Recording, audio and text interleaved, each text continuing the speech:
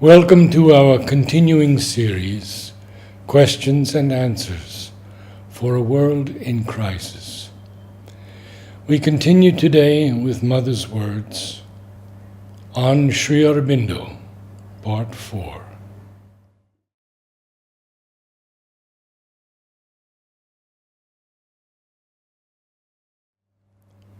In this year of his centenary, his help will be stronger still.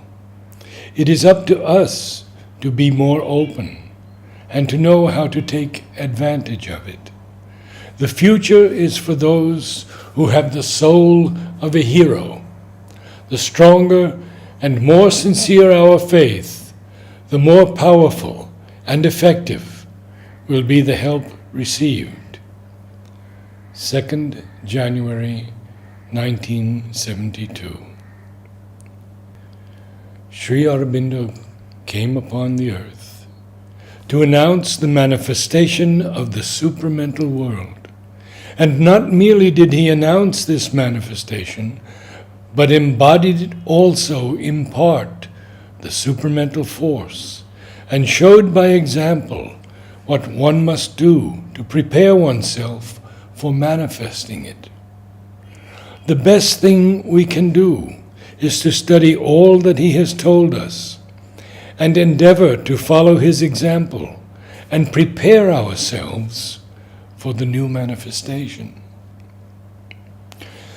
This gives life its real sense and will help us to overcome all obstacles. Let us live for the new creation, and we shall grow stronger and stronger by remaining young and progressive. 30th January 1972.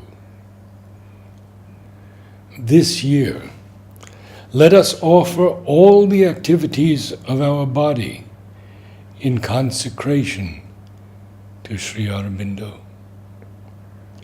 1st April 1972. Sri Aurobindo has given us the spiritual teaching which teaches us to come in direct contact with the divine. July 1972. This was written on the 15th of August 1972. My mother. One more step towards eternity.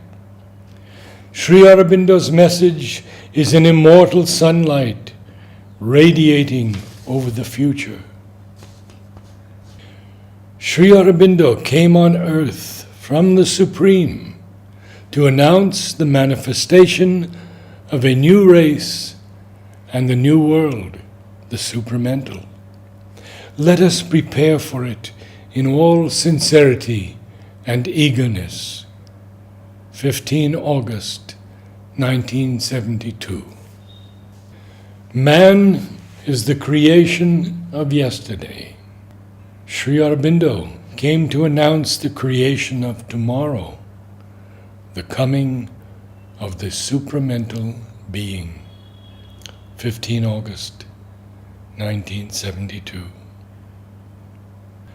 The best homage that we can render to Sri Aurobindo on his centenary is to have a thirst for progress and to open all our being to the divine influence of which he is the messenger upon earth.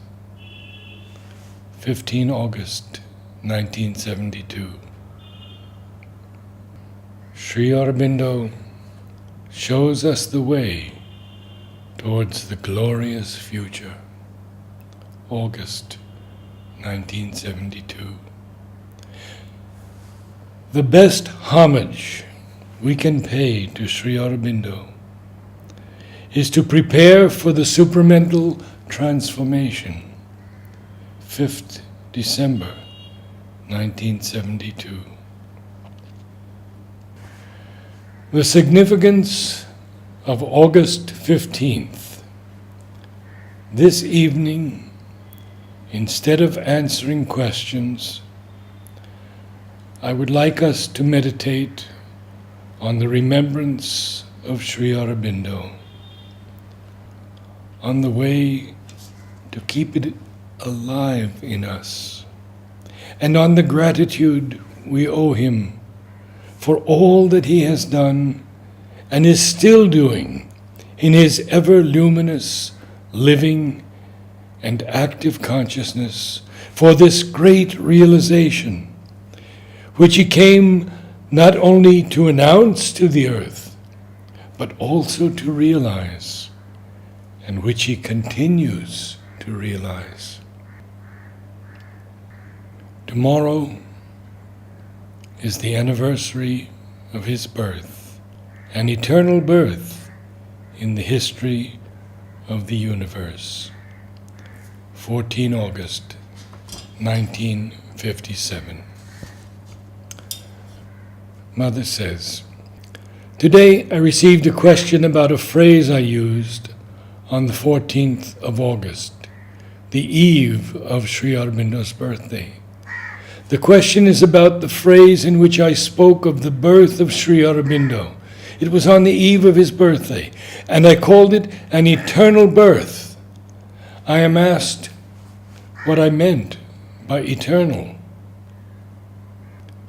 Of course, if the words are taken literally, an eternal birth doesn't signify much. But I am going to explain to you how there can be, and in fact is, a physical explanation or understanding, a mental understanding, a psychic understanding, and a spiritual understanding. Physically, it means that the consequence of this birth will last as long as the earth. The consequences of Sri Aurobindo's birth will be felt throughout the entire existence of the earth. And so I called it eternal, a little poetically. Mentally, it is a birth the memory of which will last eternally. Through the ages, Sri Aurobindo's birth will be remembered with all the consequences it has had.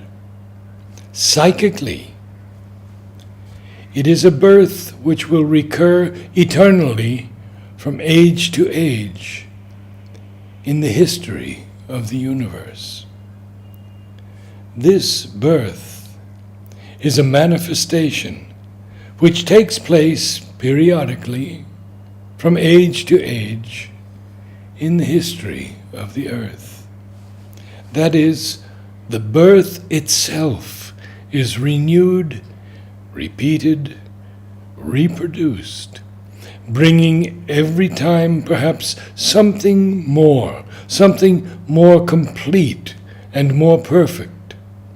But it is the same movement of descent, of manifestation, of birth in an earthly body. And finally, from the purely spiritual point of view, it could be said that it is the birth of the eternal upon earth.